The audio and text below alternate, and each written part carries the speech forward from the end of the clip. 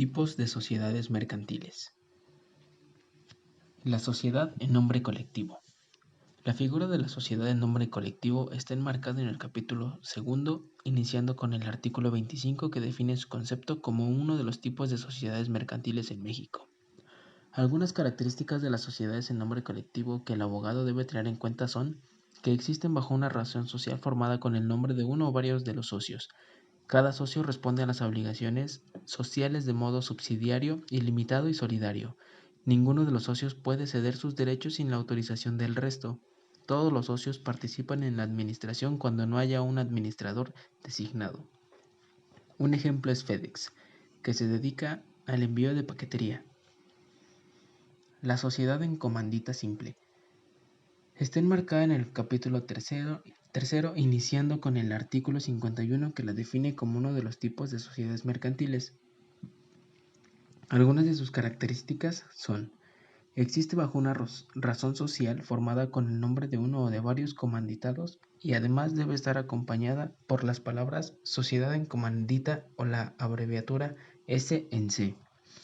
Están conformadas por uno o varios comanditarios que responden a las obligaciones sociales de modo subsidiario, ilimitado y solidario, también de uno o de varios comanditarios que solo están obligados al pago de sus aportaciones. Un ejemplo es Kaiser Automotive Systems, que se encuentra en Puebla y se dedica a fabricar válvulas para automóviles.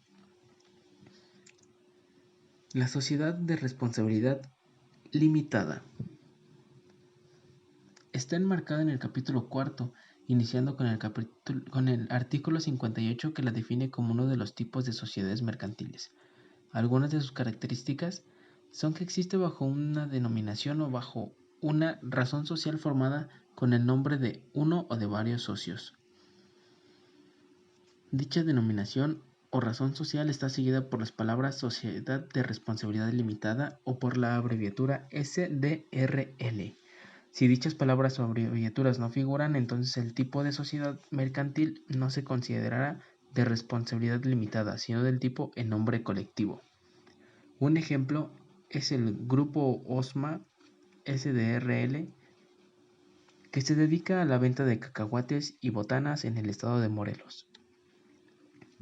La sociedad anónima está enmarcada en el capítulo quinto, iniciando en el artículo 87 que lo define como uno de los tipos de sociedades mercantiles en México.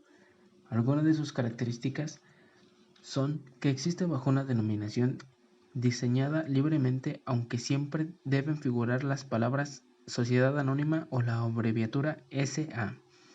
Está conformada por al menos 2 socios y estos solo tienen la obligación del pago de sus acciones.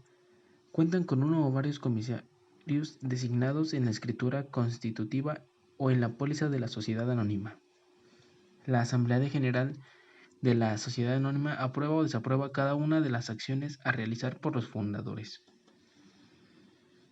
Una sociedad anónima es TUS, que es una empresa que diseña y manufactura dispositivos. La sociedad en comandita por acciones está enmarcada en el capítulo sexto, iniciando con el artículo 207 que la define como uno de los tipos de sociedades mercantiles. Algunas de sus características son que existen bajo una denominación o bajo una razón social formada con el nombre de uno o de varios comanditados. La denominación o la razón social está seguida por las palabras sociedad en comandita por acciones o por la abreviatura S en C por A. Están formadas por uno o varios socios comanditados, cumplen las obligaciones sociales de modo subsidiario, ilimitado y solidario, así como también uno de varios comanditarios que solo deben pagar con sus acciones.